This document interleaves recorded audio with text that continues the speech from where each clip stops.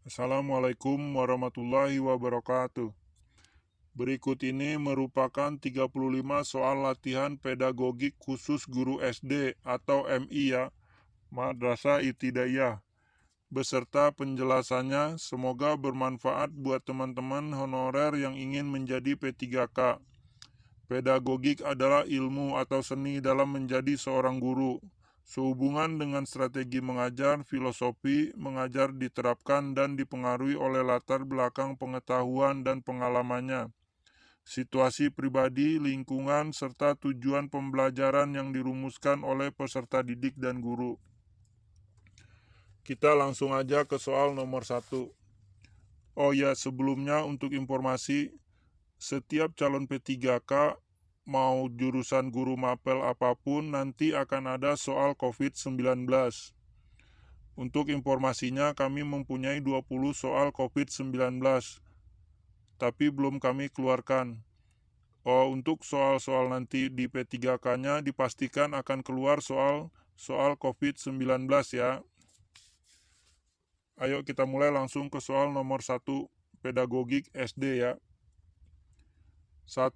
Seorang peserta mampu mengendalikan diri dengan baik dalam berbagai situasi dan mampu menjalin kerjasama yang baik dengan teman-temannya, dan mampu memposisikan diri lingkungan dengan baik. Peserta didik tersebut memiliki kecerdasan A. Sosial emosional, B. Kognitif, C. Moral, D. Spiritual. Jawabannya adalah peserta didik tersebut memiliki kecerdasan sosial emosional atau A ya jawabannya. Kecerdasan sosial emosional merupakan kemampuan untuk berinteraksi dengan orang lain di lingkungannya. Kecerdasan sosial emosional yang dimaksud dalam penelitian ini adalah bekerja sama, tanggung jawab, bertoleransi, menghargai teman sebaya, dan mengikuti aturan. Kita next ke soal nomor 2. Individu memandang apa yang diharapkan oleh keluarga, kelompok, masyarakat, dan bangsa, serta setia mendukung aturan sosial bukan hanya untuk ketenangan tetapi disadari sebagai sesuatu yang berharga. Pernyataan tersebut merupakan tahap perkembangan moral.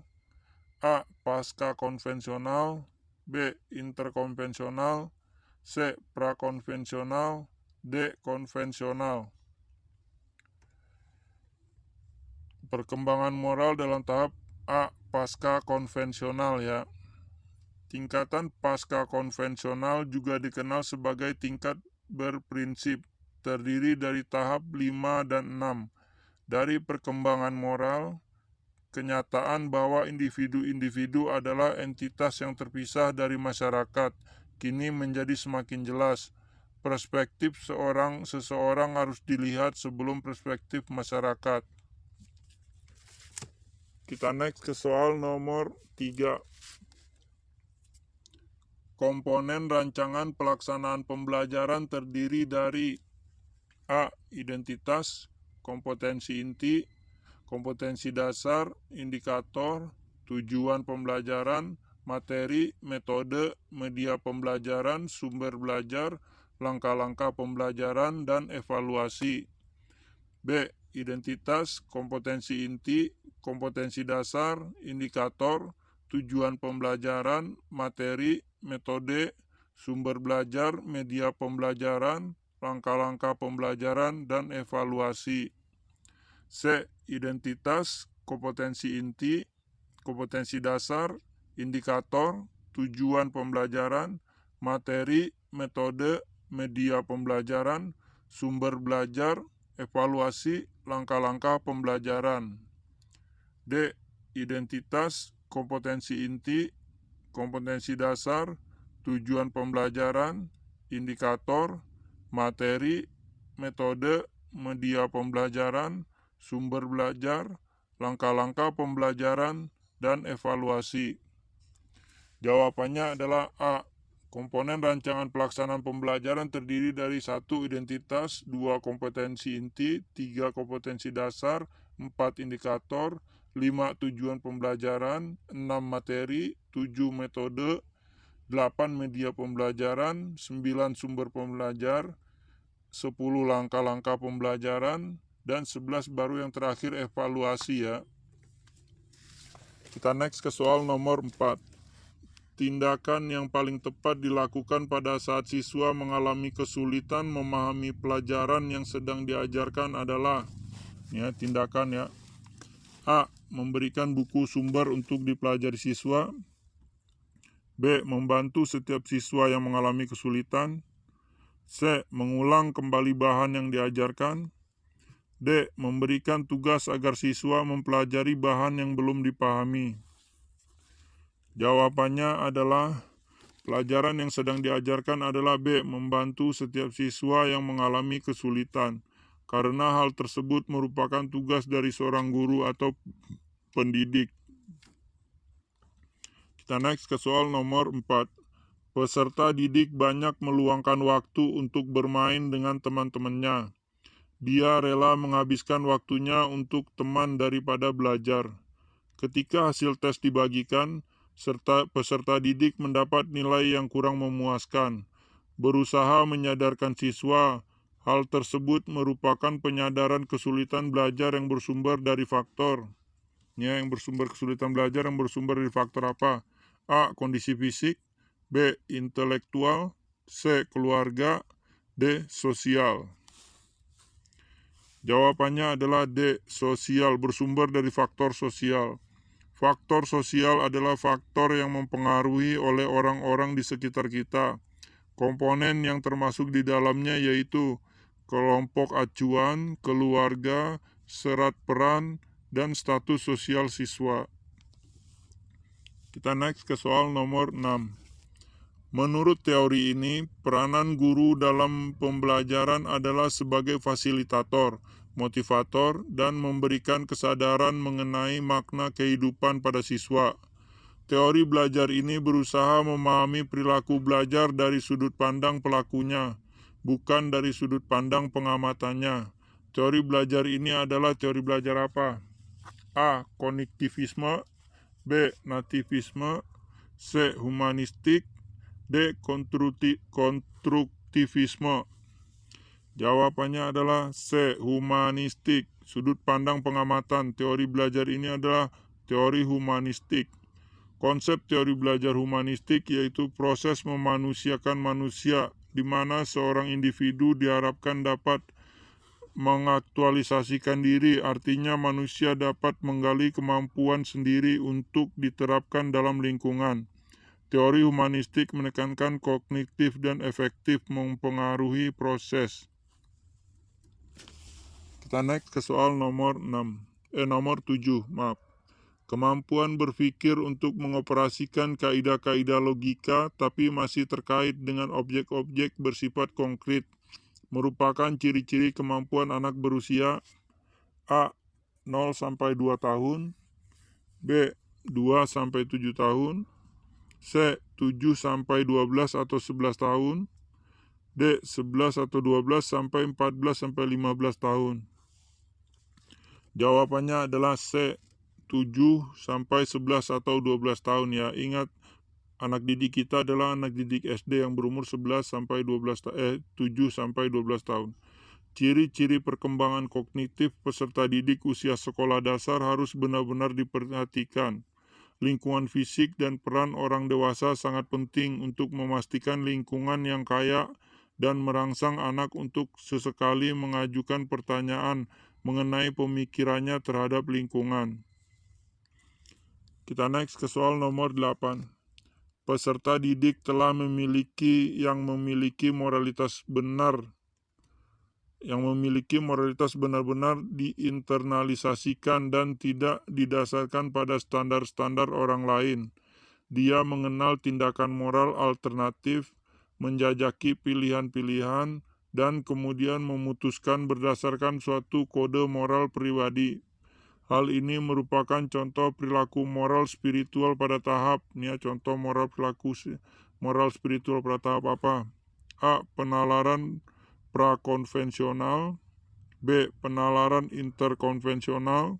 C. Penalaran pasca konvensional. D. Penalaran konvensional.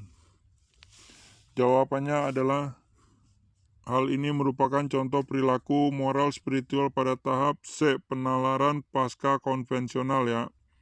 Penalaran pasca konvensional adalah tingkatan yang tertinggi dalam teori Kohlberg. Anak atau remaja menyadari adanya jalur moral alternatif, mengeksplorasi pilihan ini kemudian memutuskan berdasarkan kode moral personal. Anak atau remaja menganggap nilai hak dan prinsip lebih utama daripada hukum. Ya, lebih mementingkan ego intinya ya. Kita next ke soal nomor 9. Pernyataan berikut yang menjelaskan makna istilah kognitif adalah, yang menjelaskan makna istilah kognitif ya. A. Kemampuan untuk memecahkan masalah. B. Kemampuan berinteraksi. C. Kemampuan berkomunikasi. D. Kemampuan untuk mengintegrasikan diri. Jawabannya adalah A. Kemampuan untuk memecahkan masalah. Kognitif diartikan sebagai kemampuan belajar, berpikir, atau kemampuan untuk mempelajari keterampilan atau konsep baru. Kemampuan untuk memahami apa yang terjadi di lingkungan maupun di sekitarnya. Dan juga kemampuan daya ingat untuk menyelesaikan soal-soal, termasuk kemampuan untuk memecahkan masalah. Kita next ke soal nomor 10. Seorang peserta didik mampu mendengarkan informasi yang disampaikan oleh guru, tetapi pada saat ditanya dia tidak mengerti apa yang dia dengar. Peserta didik tersebut mengalami kesulitan gangguan belajar dalam hal, berarti dalam gangguan belajar dalam hal apa? A. Gangguan non-simbiolik. B. Gangguan sosial. C. Kesulitan akademis. D. Gangguan simbolik. Jawabannya adalah gangguan D. Gangguan simbolik. Gangguan simbolik yaitu ketidakmampuan anak untuk dapat memahami satu objek sekaligus ia tidak memiliki kelainan pada organ tubuhnya. Jadi dia tidak ada kelainan pada organ tubuhnya ya. Kita next ke soal nomor 11. Pada masa kini siswa dituntut untuk dapat belajar setiap saat dan bisa terjadi dimanapun. Hal ini terjadi karena kemajuan teknologi yang memungkinkan belajar jarak jauh dalam jaringan atau online. Pernyataan di atas sejalan dengan teori belajar. Ini ya, belajar online atau belajar jarak jauh sejalan dengan teori belajar apa? A. Behaviorisme. B. Kognitivisme. B. Sibernetik. D. Konstruktivisme. Jawabannya adalah C. Cybernetik ya. Sejalan dengan teori belajar sibernetik. Teori belajar sibernetik merupakan teori belajar yang relatif baru dibandingkan dengan teori-teori belajar yang sudah dibahas sebelumnya. Teori ini berkembang sejalan dengan perkembangan teknologi dan ilmu informasi. Menurut teori sibernetik, belajar adalah pengolahan informasi. Kita next ke soal nomor 12. Silabus dan RPP sama-sama sebagai rancangan proses pembelajaran. Perbedaannya adalah sebagai berikut. Perbedaan antara silabus dan RPP ya.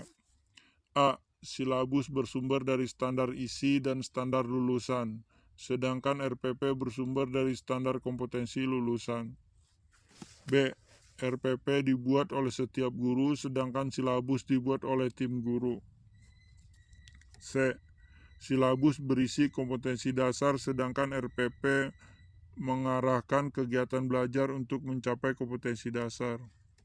D. RPP dan silabus keduanya disusun oleh setiap satuan pendidikan atau satuan pendidikan ya.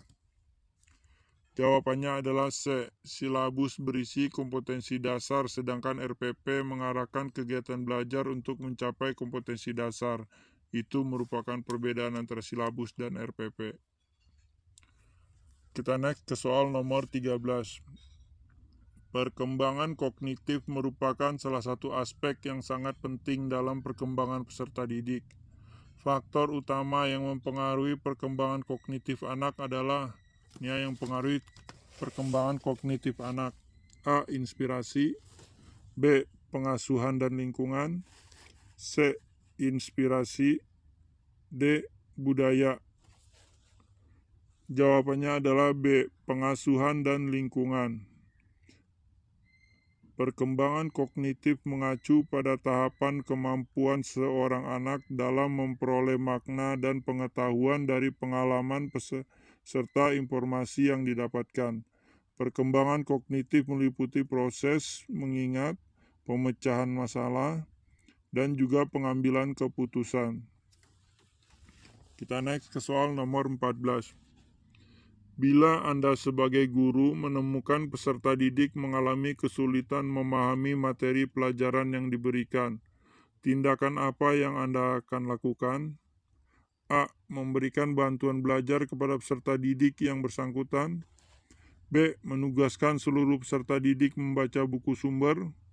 C. Memindah tempat duduk peserta didik ke meja yang paling depan. D. Mengulangi penjelasan bahan ajar kepada seluruh peserta didik. Jawabannya adalah tindakan apa yang akan kita lakukan? A. Memberikan bantuan belajar kepada peserta didik yang bersangkutan, sebab itu merupakan tugas dari seorang guru. Next ke soal nomor 15. Perbedaan antara konseling dengan wawancara terletak pada maksud dan tujuannya. Tujuan konseling adalah, tujuan konseling. A. Membantu siswa agar dapat mengatasi kesulitan belajar. B. Membantu siswa agar memperoleh informasi tertentu.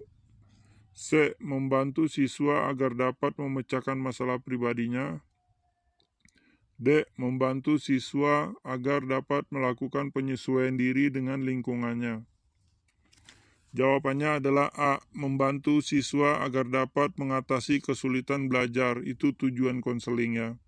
Tujuan konseling ialah membantu merubah perilaku konseli. Konseli ini adalah orang yang dikonseling ya, agar lebih produktif, membantu pemecahan masalah baik masalah pribadi, sosial, belajar, karir, keluarga, dan keagamaan, serta mendorong peserta didik mampu mengambil keputusan yang penting bagi dirinya. Kita naik ke soal nomor 16. Seorang peserta didik selalu ingin mendominasi dalam suatu kelompok belajar. Dia tidak memberi kesempatan anggota lain untuk mengemukakan pendapat. Jika teman lain yang memimpin dan mengendalikan jalannya diskusi, ia memisahkan diri dan cenderung belajar sendiri. Peserta didik tersebut mengalami permasalahan dalam perkembangan. Ini masalah dalam perkembangan apa? A. Kognitif. B. Moral. C. Sosial emosional. D. Spiritual. Jawabannya adalah mengalami masalah perkembangan C. Sosial emosional. Perkembangan sosial emosional adalah proses belajar menyesuaikan diri untuk memahami keadaan serta perasaan ketika berinteraksi dengan orang-orang di lingkungannya, baik orang tua, saudara, teman sebaya dalam kehidupan sehari-hari. Kita next ke soal nomor 17.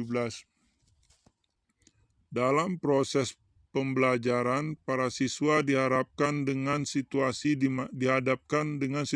di mana ia bebas untuk mengumpulkan data, membuat dugaan atau hipotesis, mencoba-coba atau trial and error, mencari dan menemukan teraturan atau pola, menggeneralisir atau menyusun rumus beserta bentuk umum.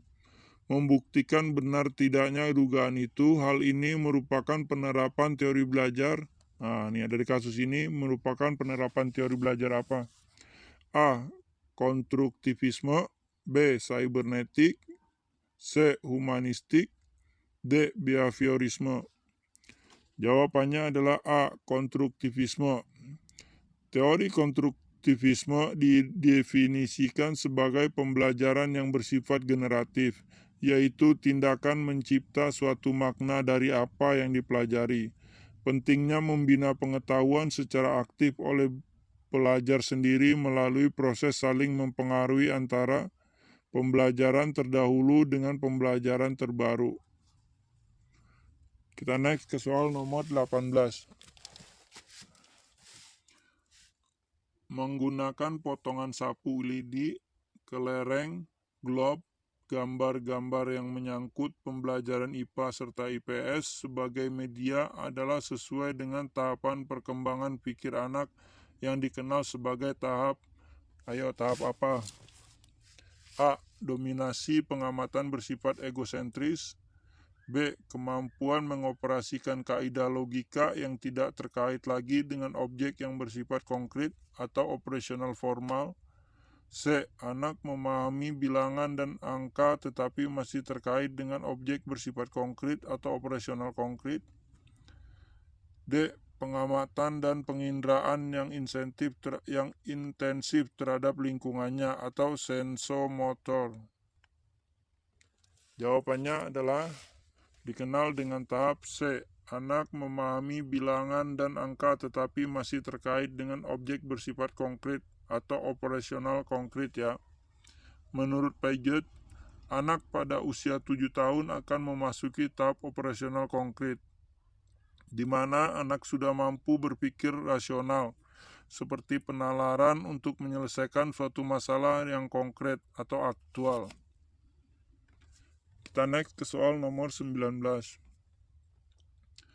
Pendapat yang menyatakan bahwa pengetahuan atau pengalaman yang baru dapat terkait dengan pengetahuan lama yang sudah ada di dalam struktur kognitif seseorang adalah teori belajar. Merupakan teori belajar apa? A. Kognitivisme. B. Cybernetik. C. Behaviorisme. D. Konstruktivisme. Jawabannya adalah A. Adalah teori belajar kognitivisme. Definisi kognitivisme adalah teori belajar yang lebih mementingkan proses belajar daripada hasil belajarnya. Jadi yang lebih mementingkan proses belajarnya, teori belajarnya ada yang mementingkan proses belajar. Kita naik ke soal nomor 20. Salah satu prinsip dalam menyusun rancangan pelaksanaan pembelajaran atau RPP adalah A. RPP bersumber dari silabus. B. Alokasi waktu sesuai dengan jadwal pada setiap satuan pendidikan. C. Materi atau bahan ajar berbasis kompetensi. D. Pembelajaran dirancang dengan berpusat pada peserta didik.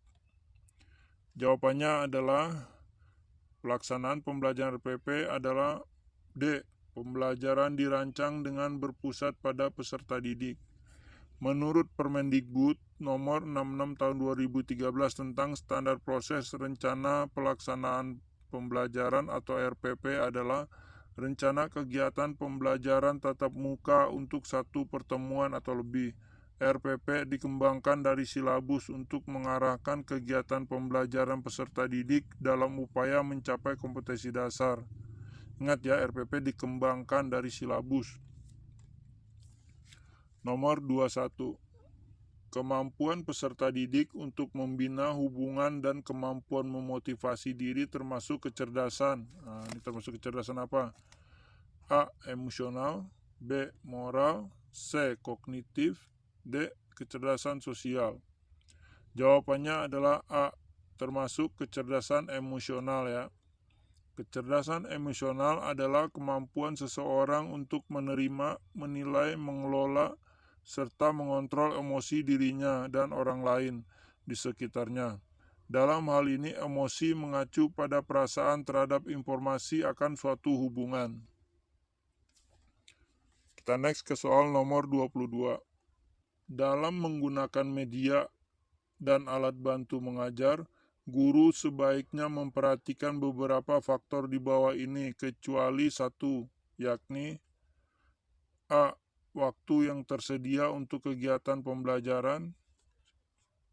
B.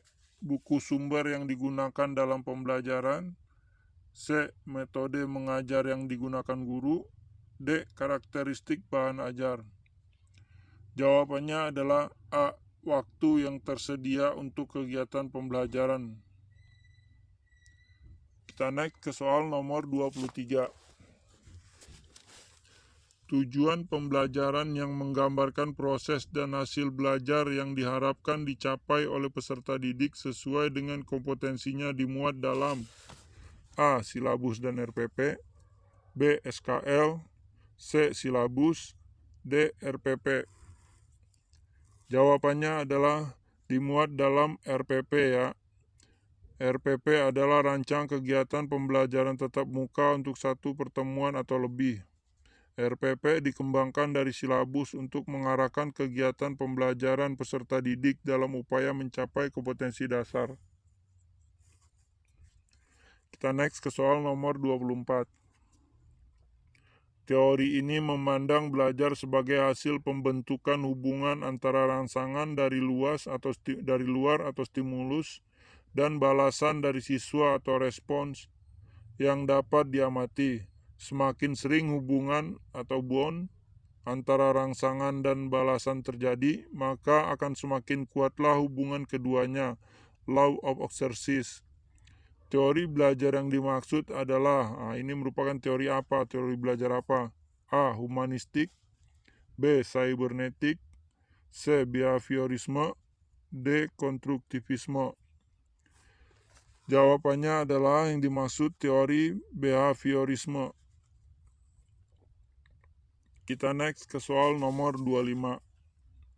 Perhatikan beberapa komponen dari RPP untuk mata pelajaran bahasa Indonesia adalah sebagai berikut. 1. Kompetensi dasar mengenal kegiatan bermusyawarah. 2. Indikator menyebutkan 2 ciri kegiatan bermusyawarah. 3. Tujuan pembelajaran. Setelah pelaksanaan pemilihan ketua kelas, siswa dapat menyebutkan 2 ciri kegiatan musyawarah dengan benar. Berdasarkan komponen-komponen RPP tersebut, prinsip yang digunakan adalah, berdasarkan komponen RPP ini, prinsip apa yang digunakan? A. Keterkaitan dan keterpaduan. B. Memberikan umpan balik dan tindak lanjut. C. Mendorong partisipasi aktif peserta didik. D. Memperhatikan perbedaan individu peserta didik. Jawabannya adalah A. Prinsip yang digunakan adalah keterkaitan dan keterpaduan. Kita next ke soal nomor 26. Jika seorang guru melakukan aktivitas pembelajaran sebagai berikut. 1. Membekali murid tidak hanya dengan fakta-fakta, melainkan diarahkan pada kemampuan penguasaan dalam proses berpikir dan berkomunikasi. 2. Berperan sebagai fasilitator dan pembimbing belajar peserta didik. 3. Melakukan penilaian yang mencakup cara-cara penyelesaian masalah dengan berpatokan pada aturan yang berlaku, seperti peta konsep, diagram Venn, portofolio, uji kompetensi, dan ujian komprehensif. Maka guru tersebut dapat dikatakan menggunakan pembelajaran yang berbasis. Ini dari kasus ini guru tersebut dapat dikatakan menggunakan pembelajaran yang berbasis apa? A. Kognitivisme, B. Behaviorisme, C. Konstruktivisme, D. Humanisme. Ini termasuk salah satu contoh kasus ya. Jawabannya adalah, maka guru tersebut dapat dikatakan menggunakan pembelajaran berbasis konstruktivisme. Kita naik ke soal nomor 27. Rencana pelaksanaan pembelajaran atau RPP disusun untuk setiap KD yang dapat dilaksanakan dalam 1 kali pertemuan atau lebih. Dijabarkan dari apa nih? A. Silabus untuk mengarahkan kegiatan pembelajaran peserta didik dalam upaya mencapai KD. B. Silabus untuk pembuatan indikator dan tujuan pembelajaran dalam upaya mencapai KD. C. Silabus untuk pembuatan tujuan pembelajaran dan materi dalam upaya mencapai KD. D. Silabus untuk pembuatan indikator dan penilaian dalam upaya pencapaian KD. Jawabannya adalah dijabarkan dari A. Silabus untuk mengarahkan kegiatan belajar peserta didik dalam upaya mencapai KD. Kita next ke soal nomor 28. Menurut Piaget, periode perkembangan operasi konkret pada siswa usia peserta didik antara 7 sampai 12 tahun. Dengan demikian proses pembelajaran di kelas harus lebih menekankan. Ini harus lebih menekankan apa yang menurut Peiget ya. A. Penggunaan metode bervariasi. B. Menekankan berpikir kritis dan pemecahan masalah. C. Penggunaan media, alat peraga termasuk sumber belajar. D. Pemberian tugas yang terstruktur. Jawabannya adalah harus lebih menekankan pada penggunaan media, alat peraga termasuk sumber belajar. Menurut Peiget, anak pada usia 7 tahun akan memasuki tahap operasional konkret, di mana anak sudah mampu berpikir rasional seperti penalaran untuk menyelesaikan suatu masalah yang konkret atau aktual. Suatu kemampuan untuk mengintegrasikan sesuatu sehingga dapat membantu dalam meningkatkan kemampuan logika anak. Kita next ke soal nomor 29. Memaksimalkan kegiatan ekstrakurikuler, melakukan rekreasi dengan guru, dan melakukan kegiatan informal lainnya memiliki fungsi untuk mengatasi kesulitan belajar dalam hal A. Penciptaan hubungan yang baik. B. Menformulasikan tindakan. C. Mengemukakan gagasan. D. Mengaktualisasi diri. Jawabannya adalah kesulitan belajar dalam hal A. Penciptaan hubungan yang baik. Kita next ke soal nomor 30. Model pembelajaran yang mempunyai keunggulan antara lain berpikir, bertindak kreatif, memecahkan masalah yang dihadapi secara realistis, merangsang perkembangan kemajuan berpikir siswa untuk menyelesaikan masalah yang dihadapi dengan tepat adalah A. Problem solving. B. Picture in picture. C. Role playing. D. Inquiry. Jawabannya adalah A. Problem solving. Problem solving adalah kemampuan untuk menyelesaikan segala masalah dan mengambil keputusan yang sulit. Problem solving sendiri merupakan salah satu soft skill yang harus dimiliki oleh setiap orang karena sangat berguna saat proses belajar mengajar. Kita next ke soal nomor 31. Taksonomi Anderson dan Krathwohl menyempurnakan taksonomi Benjamin S. Bloom, mengembangkan ranah kognitif dengan urutan berikut. Ya, mengembangkan ranah kognitif dengan urutan berikut ini. A. Ingatan, pemahaman, sintesis, aplikasi, analisis, dan evaluasi. B. Ingatan, pemahaman, aplikasi, analisis, evaluasi, dan mencipta. C. Ingatan, pemahaman, analisis, aplikasi, sintetis, dan evaluasi. D. Ingatan, pemahaman, aplikasi, analisis, sintetis. Jawabannya adalah urutannya yang benar adalah 1. Ingatan, 2. Pemahaman, 3. Baru aplikasi, 4. Menganalisis, 5. Mengevaluasi, dan baru yang terakhir mencipta. Kita next ke soal nomor 32. Faktor penting dipertimbangkan guru dalam melaksanakan diskusi pemecahan masalah proses pembelajaran adalah A. Rumusan masalah yang harus didiskusikan. B. Jumlah peserta didik. C. Waktu yang tersedia untuk melaksanakan diskusi mengikuti pembelajaran. D. Motivasi belajar siswa. Jawabannya adalah faktor penting dipertimbangkan guru dalam melaksanakan diskusi pemecahan masalah proses pembelajaran adalah rumusan masalah yang harus didiskusikan. Sebelum diskusi ya rumusan masalah yang harus didiskusikan ya. Kita next ke soal nomor 33. Kemampuan yang paling penting dimiliki guru tentang media dan alat bantu pembelajaran adalah A. Menggunakan media dan alat bantu. B. Merawat media dan alat bantu. C. Memilih bahan untuk membuat media atau alat bantu. D. Membuat media dan alat bantu sederhana. Jawabannya adalah D. Membuat media dan alat bantu sederhana merupakan kemampuan mutlak. Kita next ke soal nomor 34.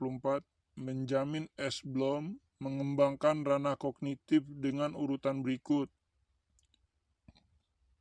A. Ingatan, pemahaman, analisis, aplikasi, sintetis, dan evaluasi. B. Ingatan, pemahaman, analisis, aplikasi, evaluasi, dan sintetis. C. Ingatan, pemahaman, aplikasi, analisis, sintetis, dan evaluasi. D. Ingatan, pemahaman, sintetis, aplikasi, analisis, dan evaluasi. Jawabannya adalah C. Yang pertama ingatan dulu, 2 pemahaman. Ingat ya, Benjamin S. Bloom ini ya, yang belum disempurnakan ya. Ingatan, pemahaman, yang ketiga aplikasi, yang keempat analisis, yang kelima sintetis, yang keenam baru evaluasi. Sintesis ya. Kita naik ke soal nomor yang terakhir atau nomor 35. Cara yang paling cepat dan akurat yang digunakan untuk mengidentifikasi kesulitan belajar peserta didik yang bersumber dari faktor sosial adalah, ingat ya, yang bersumber dari faktor sosial. A. Wawancara. B. Brainstorming. C. Sosiometri. D. Angket. Jawabannya adalah C. Yang bersumber dari faktor sosial adalah sosiometri. Sosiometri adalah alat untuk meneliti struktur sosial dari suatu kelompok individu dengan dasar penelaahan terhadap relasi sosial dan status sosial dari masing-masing anggota kelompok yang bersangkutan. Oke.